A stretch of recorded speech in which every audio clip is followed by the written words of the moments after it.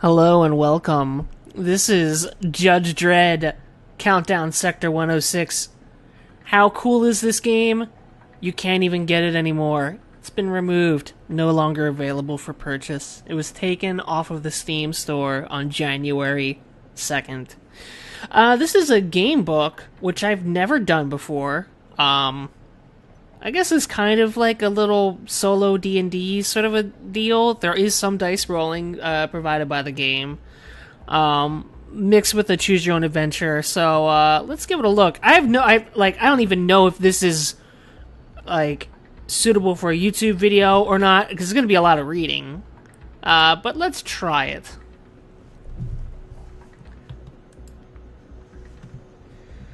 Alright, so before entering Mega City 1, I must choose my difficulty. I do not do game books often, so I'll probably do casual. You should be able to read this, so I won't read every single word, but I will read notable passages. So I'll receive an extra medkit and increased stats.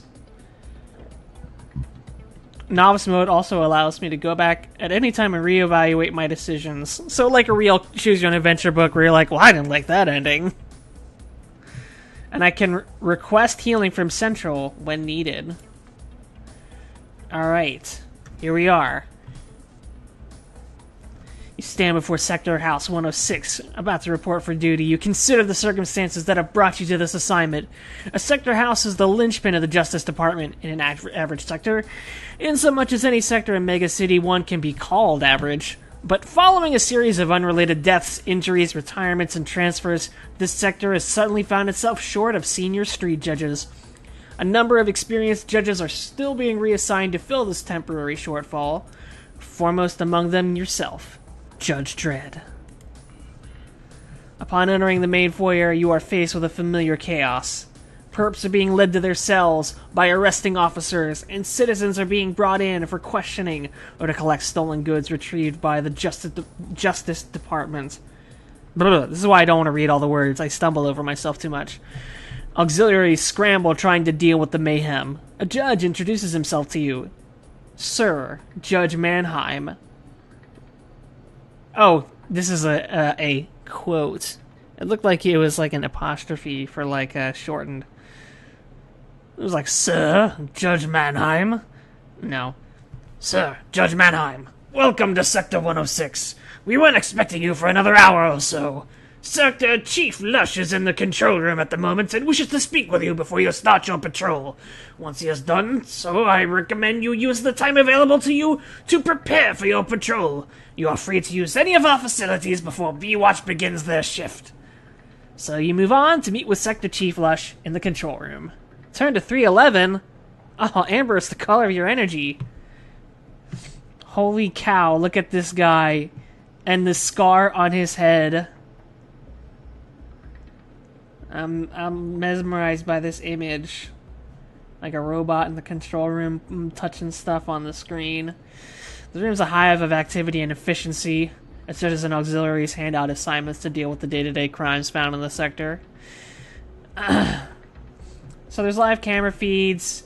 You know, it's a control room. You only know Lush by reputation. He's an old-school judge. He's worked his way up to his current position through fierce determination and a strict application of the law. A stickler, one might say. Lush is starting to get towards retirement age. It's starting to catch up with him. He rises from his chair, kind of sorely, and shakes your hand. A pleasure to meet you, Dredd. No, wait a minute, it should be older. A pleasure to meet you, Dredd. This is my team. Lush indicates a number of senior judges watching the vid screens alongside the sector chief. Gonzalez, Mersham, Wilbur, Toaster. Toaster? What? This is Judge Toaster. I handle the toast. I handle the bread. Any bread-related crimes are mine. I believe you have worked with Quan before. Together we run the sector, and while things can never be regarded as great, I like to think that we do so as good a job as any sector house. It's good to have you on board. The loss of so many senior judges could have really let the perps off the hook. Gonzalez here was able to get through the necessary paperwork in time, so there should be enough officers out there. Mersham is B-Watch commander, so he'll be looking after you, at least initially. Tester and Quan oversee A and C watches, respectively. I'm sure you'll get to work with them later. I am due to speak at the opening of the new Maestro Heights development at Harry Houdini Block, hence the full regalia. We have the normal problems of any sector, plus the added issues of having port facilities, although we keep a tight lid on things. There are a few ongoing investigations you might want to become familiar with. Other than that, I doubt there is much more I need to say of a judge of your caliber. Now, I must go prepare in my office. Gonzalez here will look after any paperwork you need. Nice to have you on board. Having completed his blustery introduction, I would say, Sector Chief Lush, which, by the way, he's got to be an alcoholic, right? Alcoholic. He nods to you and the rest of the team before departing for his side office. If you have any further business here, turn to 99, or if you choose to leave the area and prepare to go on your patrol, turn to 117. Well, look, I don't have any time for this shit. Let's get on the beat. Alright, so there's numerous ways that we can prepare ourselves for patrolling. We can go to the firing range, we can upgrade our equipment, or we can eat. Or we can go to sleep. It's a little early for that. We can visit the briefing room to get up to the minute crime updates. And we can go to the garage to see if they can fine-tune the bike. I like that option. Let's fine-tune that bike. The garage is mostly empty, as A-Watch has been on the streets for a while, and it will be some time before the next rush occurs. A small team of techs are working on various Justice Department vehicles when you enter. Yeah, we'll work on your current bike, but it'll be quicker if you use this while we do so. It could be a few hours before you're finished with your current Lawmaster. Accepting the new vehicle, you park it up and then move out of the garage. Your Lawmaster skill increases by 2. Excellent. Alright. Let's get in some firing practice. The firing range has it's seen some use, but it's worthwhile. It'll take care of your business. There are robotic targets. I mean, it's a shooting gallery. You know the deal. It's not just the sheet with the silhouette that you shoot the bullet hole through. No. This is like that police training squad arcade game. And, you know, my lawgiver skill increased by 1. So, lawgiver skill going up and up and up. There are some auxiliaries in the viewing gallery. Probably seeing, you know, it's Judge Dredd. They kind of want to see him in action, but they see that he's become aware and they vamoose. Alright, so we've done 2 tasks. We can do one more thing.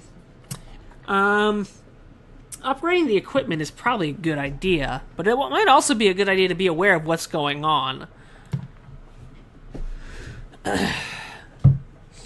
Alright, so we're getting sort of the sitch, we're getting the lowdown on all that's going on in the sector. So Sal Gonzatti, he's the major mob figure, the king of the rackets, and tons of goons. Of course he has no criminal record, because that's how it works.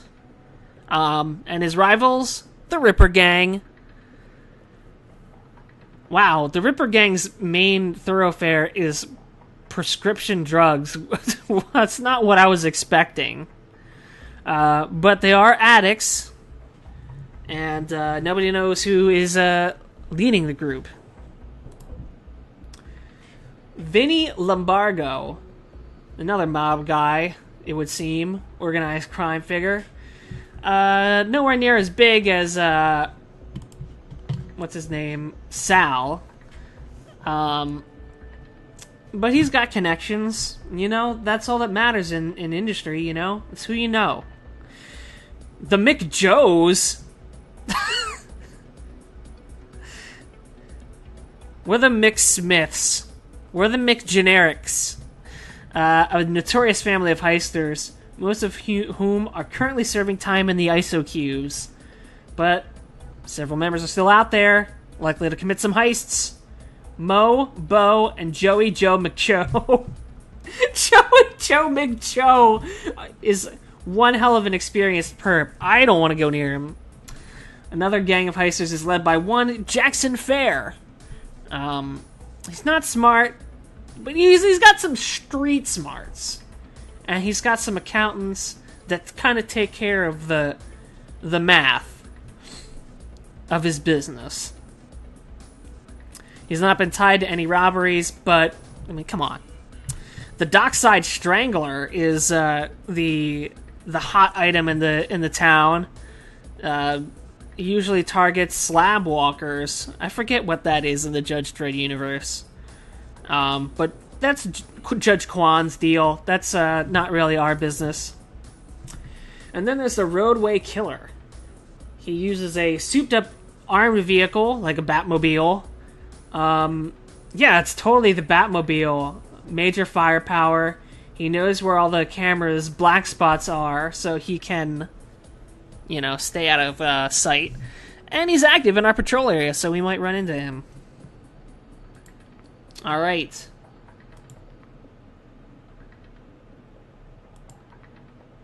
So, we leave the sector house behind. We drive down one of the main thoroughfares on the city bottom. Ken Russell Block is the turf of the Russell Rude Boys, my favorite baseball team. And the Samuel Walton Shopping Promenade, is a favorite target for petty criminals. There are no crimes being reported in our proximity, so let's take a think about this. Let's take a little think. Let's go shopping. I like busting petty crime. Let's go for it. Speak of the devil, there is a guy with a killer shoulder pads and a canteen hanging off his belt. And he's on Kit Cloud Kicker's surfboard.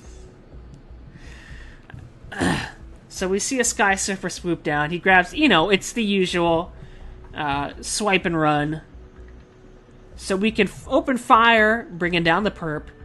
We can try to get closer to get a better shot. Call for backup. What? We're Judge Dredd. What are you talking about? We're gonna pursue this guy. What? He disappeared. But he's still nearby.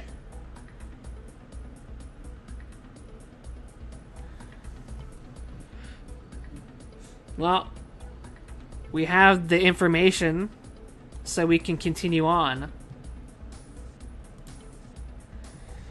Alright, we got an achievements. Oh, we found out the lair of the Sky Surfers. Surfers Paradise, a dive catering to Sky Surfers that can only be reached via powerboard.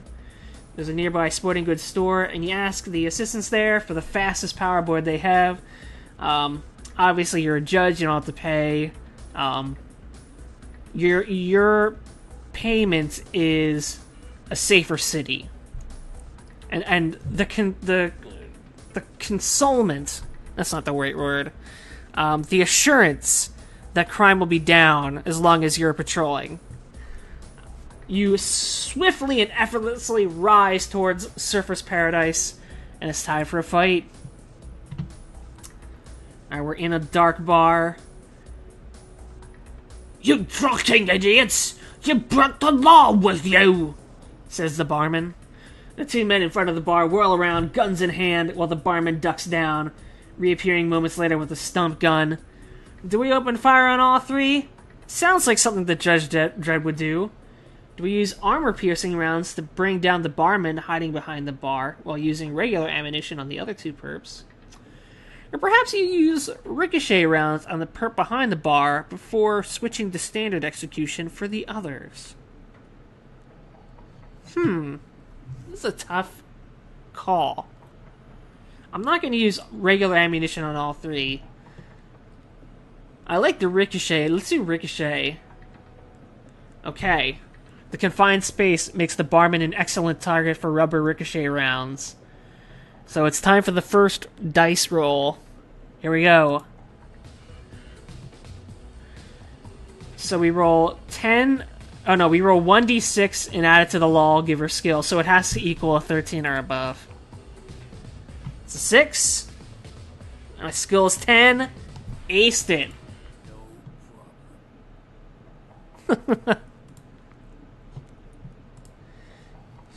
Your bullets hit and bounce off the wall. One shatters a bottle of wine. The barman pauses a split second to look behind. But that's about all he has time to do. It takes out the barman right between the eyes. The other one goes in his shoulder. His blood is everywhere behind the bar. There is no separating where his blood begins and the wine ends. So don't drink it. Let's see if the ricochet rounds manage to take out the other two. Make a random roll. A 9. Okay. We take down one of the perps. And the other guy is not too happy right now. Perps can become even more dangerous when they're cornered or when they sense justice is near. He begins to shoot with everything he has. The fight is desperate. He is not going to come quietly.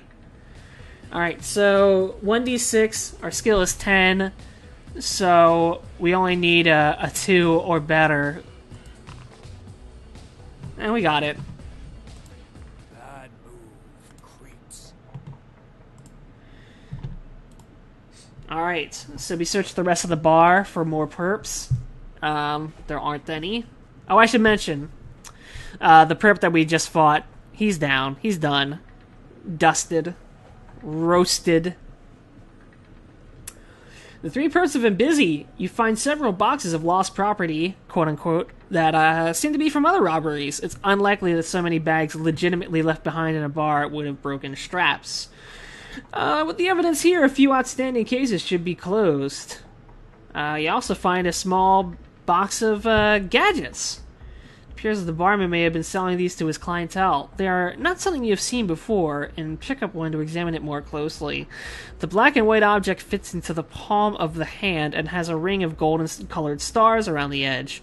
On its front face, there is a small speaker with a large red button beneath it, so like a walkie-talkie maybe, or a detonation device. An LED display shows the number 243 on it, although it appears unchanging. Beneath this is the legend VOD in golden lettering. One last component is a small judge's head on a small antenna that bobs gently backwards and forwards as you hold this in your hand. Fun!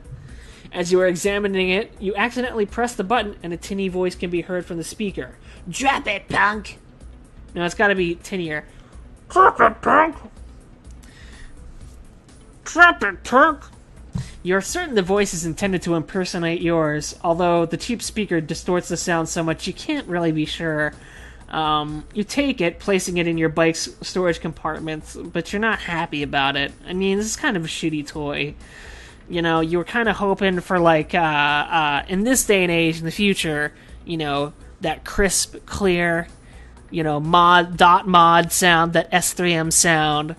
This was more of a NES 2A03 DPCM compression sound.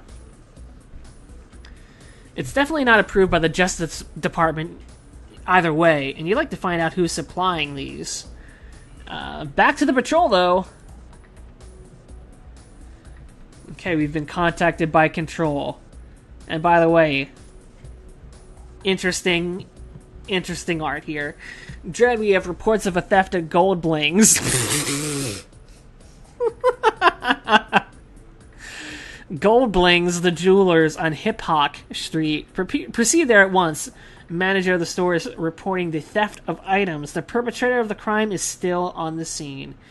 You race there on your Lawmaster. When you arrive at the store, you are let in by a female shop assistant. Inside, two men are arguing loudly. The first is a thin black man in a shiny red jacket and gray slacks.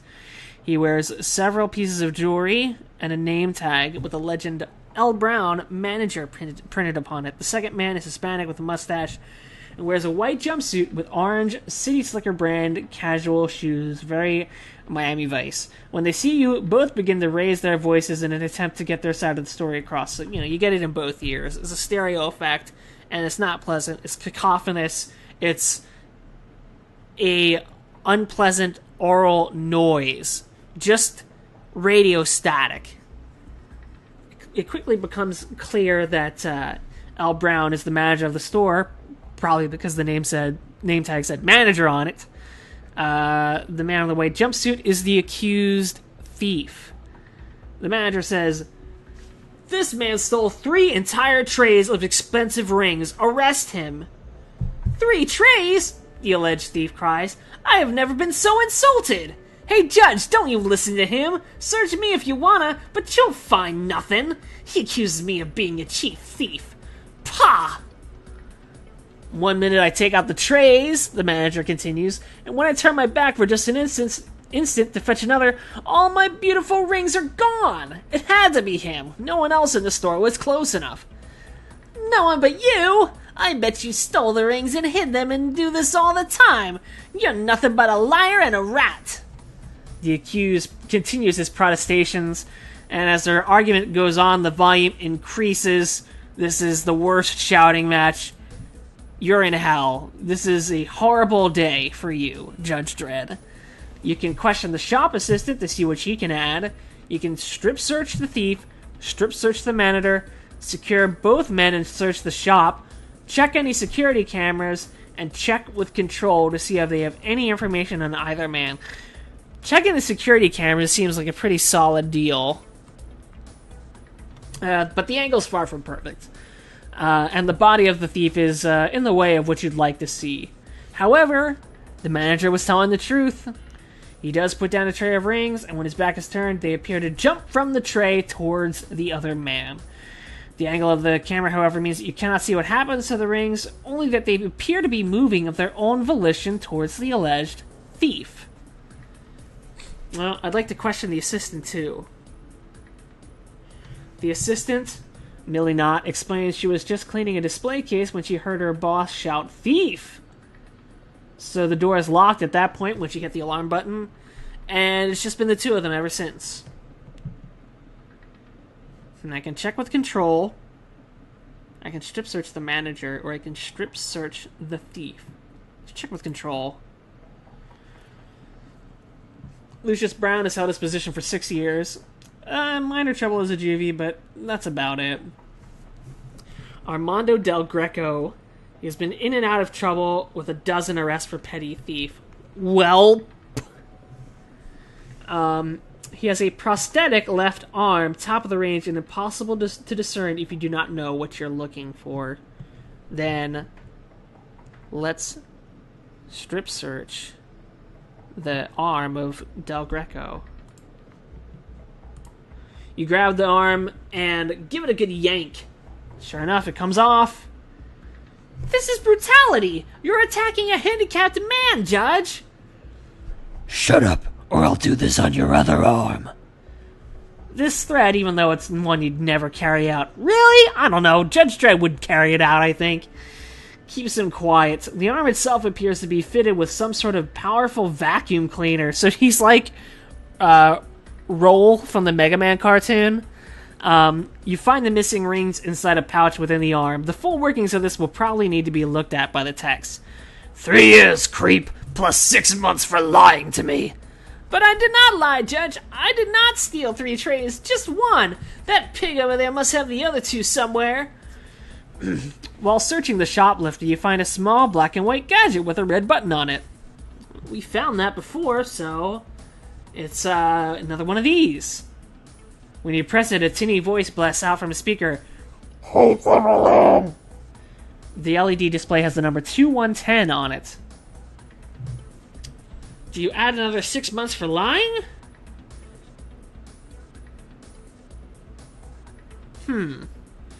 Do I march him outside to the holding post?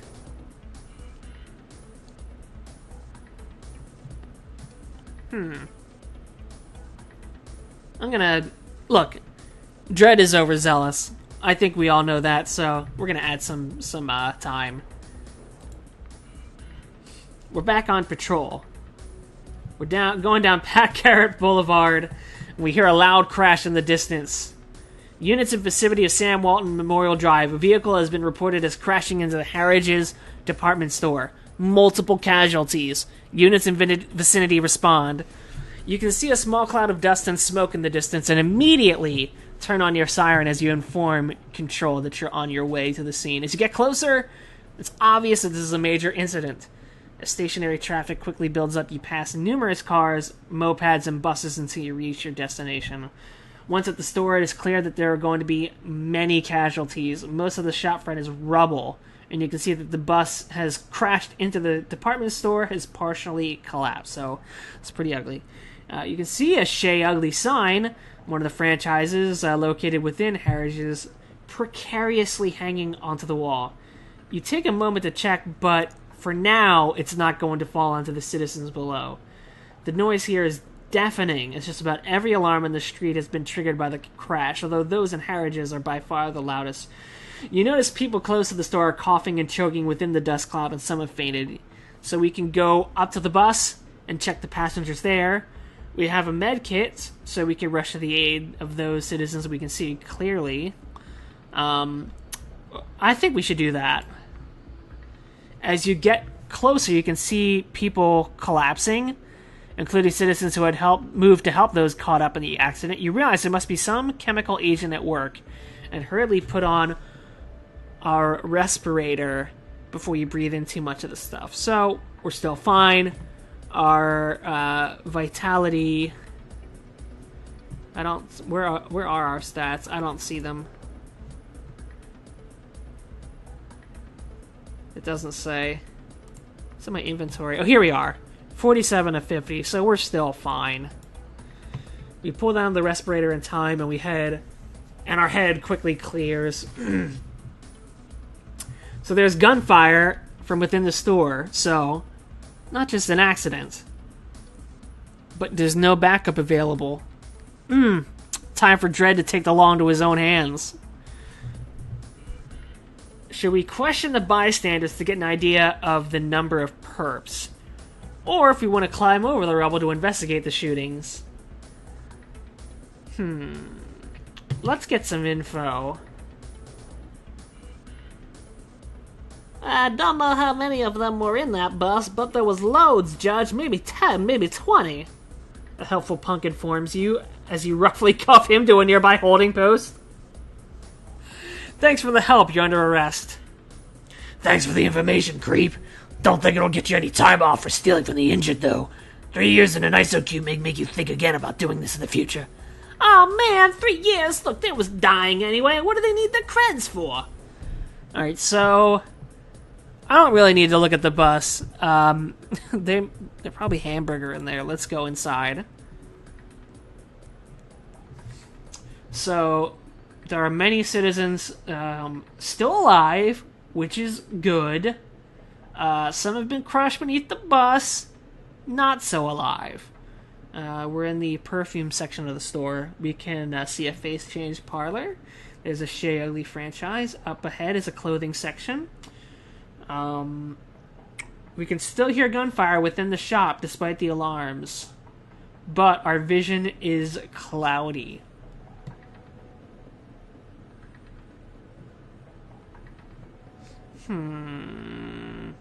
Let's go into Shea Ugly, because that sign was precarious earlier. Haha! There it is! That's where the gunfire is, I knew it. Alright, so, it's a small outlet for the chain, catering to customers of Harrods exclusively. A lot of products are gone, looted. Suitable for the black market, that kind of stuff. The perps have deliberately destroyed the robotic staff, and the continuous gunfire you hear indicates that they are still doing so. You look up and notice a large Shea Ugly establishment across the street. Considering the chaos here, the Harrods patrons are not going to be shopping here again anytime soon. You see movement and slowly raise your lawgiver as a armed perp steps out from cover. Well armed with a heavy blaster, he begins firing. It's time to make a lawgiver roll. So we gotta get a 2 or better. Easy. Easy peasy. So we defeated the perp, and now we can go to the clothing section. Whoa. Look at the size difference of the heads.